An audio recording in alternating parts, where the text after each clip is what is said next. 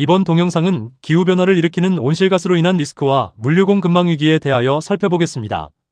지구온난화는 단순한 기온 상승을 넘어 우리 생존과 직결된 경제적 시스템의 변화를 의미합니다. 산업화 이후 인간 활동에 의해 배출된 이산화탄소와 같은 온실가스가 대기 중에 쌓이면서 지구가 열을 가두는 온실 효과가 비정상적으로 강화되었습니다. 이로 인해 지표면 온도가 급격히 상승하는 현상을 우리는 지구온난화라고 부른다. IPCC 제6차 평가보고서에 따른 시뮬레이션 지도를 보면 상황의 심각성을 알 수 있다. 지구 평균 기온이 산업화 이전 대비 1.5도 상승할 때와 4.0도 상승할 때의 생태계 노출 위험은 극명하게 갈린다.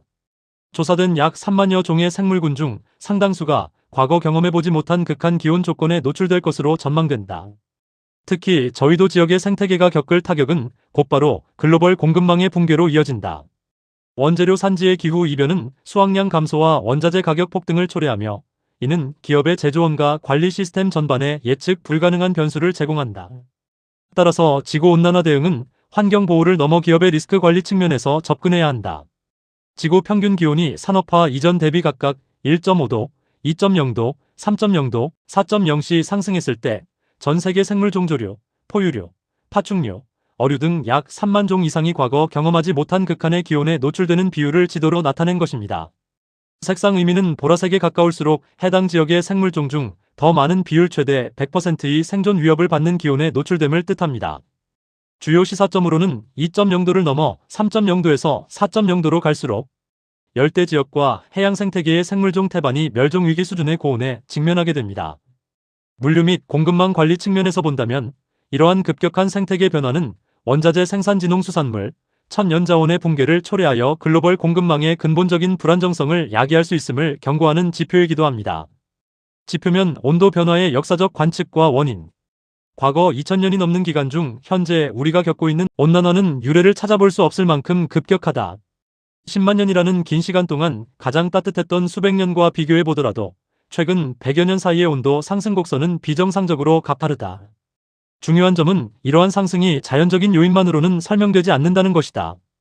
과학적 모의 실험 결과 태양 활동이나 화산 폭발 같은 자연적 요인만을 반영했을 때는 지구 온도가 거의 일정하게 유지되거나 오히려 완만하게 하락하는 경향을 보였다. 하지만 인간 활동에 의한 요인을 합산하여 분석하면 실제 관측치와 정확히 일치하는 가파른 상승 곡선이 나타난다.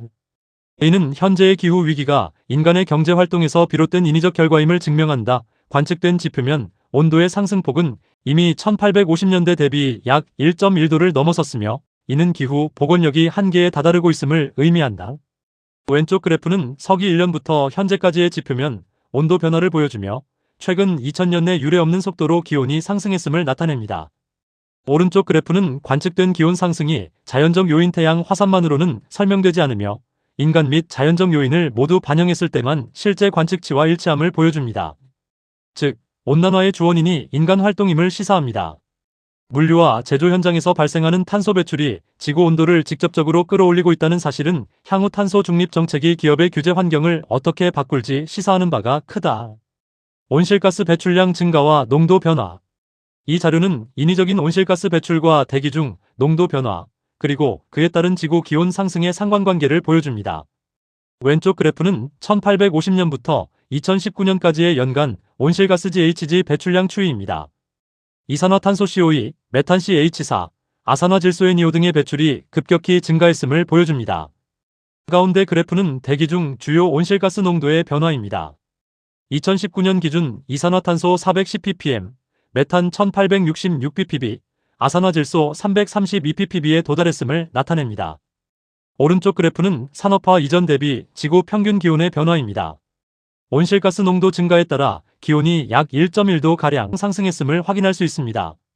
1850년 이후 대기 중 온실가스 농도는 수직 상승에 가까운 증가세를 보이고 있다. 이산화탄소 농도는 이미 410ppm을 돌파했고 메탄과 아산화질소 역시 과거 수천 년간의 안정적인 범위를 크게 벗어났다.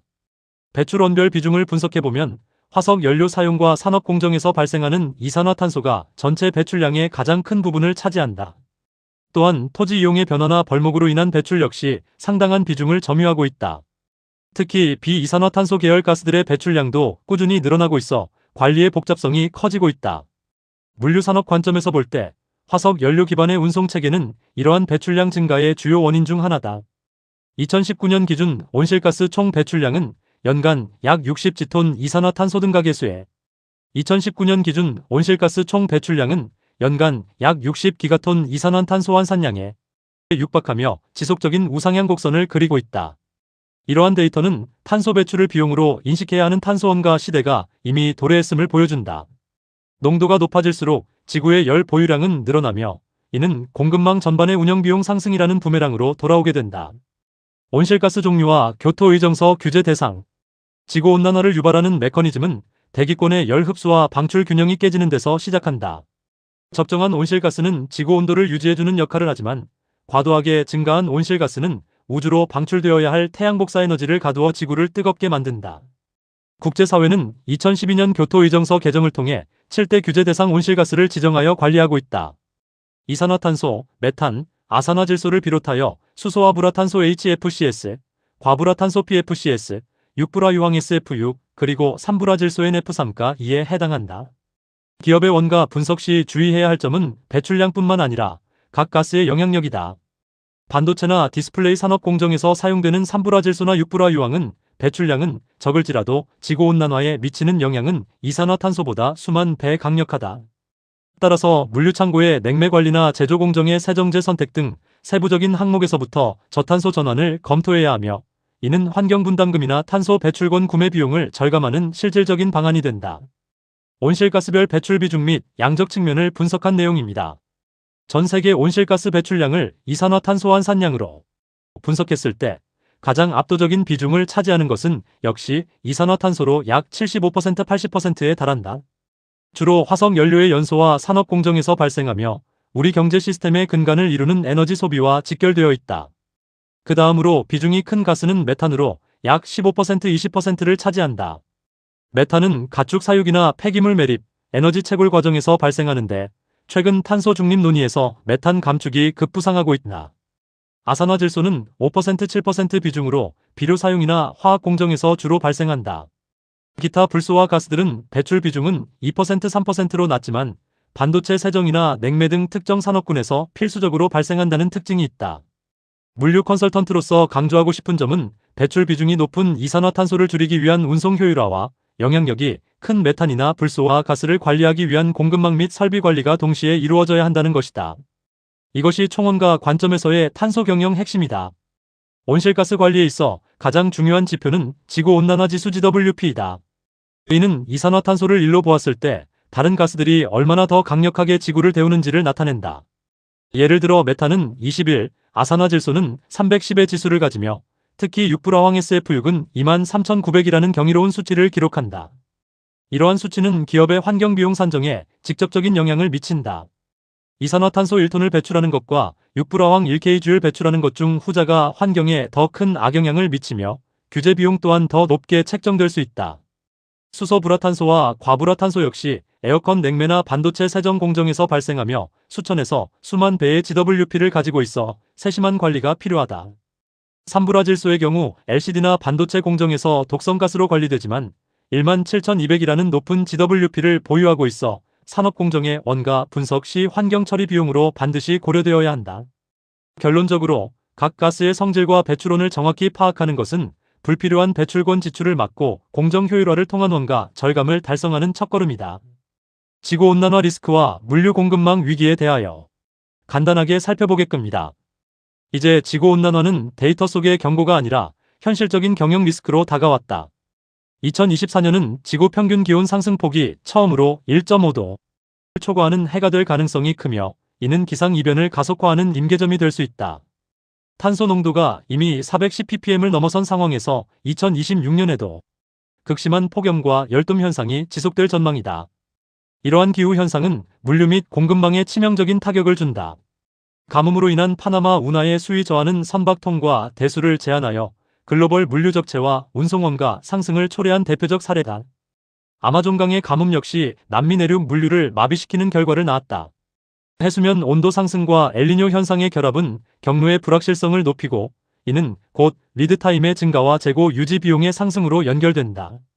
물류 컨설팅 시 이러한 지리적 기상적 리스크를 반영한 복합운송 경로 최적화는 단순한 효율 향상이 아닌 생존 전략이 되었다. 식량 공급망과 극한 기상 이변의 일상화. 지구온난화는 식량 공급망에도 막대한 리스크를 제공한다. 서아프리카와 동남아시아의 폭염 및 가뭄은 카카오와 커피 같은 원자재 가격을 폭등시켜 관련 제조기업의 원가 구조를 흔들고 있다. 이는 앞서 살펴본 생태계 노출 위험 시뮬레이션이 현실화되고 있음을 보여준다. 또한 슈퍼 태풍과 국지성 호우가 빈번해지면서 재고, 창고의 침수 위험이 커지고 배송 지연 리스크가 일상화되었다. 캐나다와 호주의 대형 산불은 물류 인프라 가동에 직접적인 차질을 빚으며 공급망의 혈관을 막고 있다. 이러한 일상화된 기상이변은 기업이 더 이상 사후 대응에 머물러서는 안 된다는 점을 시사한다. 원가 계산 시 탄소세와 리스크 분담금을 반영하고 재고 관리 시에는 기후 변수를 고려한 안전재고 산출 모델이 도입되어야 한다. 결국 지구온난화에 대비하는 당위성은 환경적 가치를 넘어 기업의 지속 가능한 이익 보전과 직결된다는 사실을 명심해야 합니다. 감사합니다.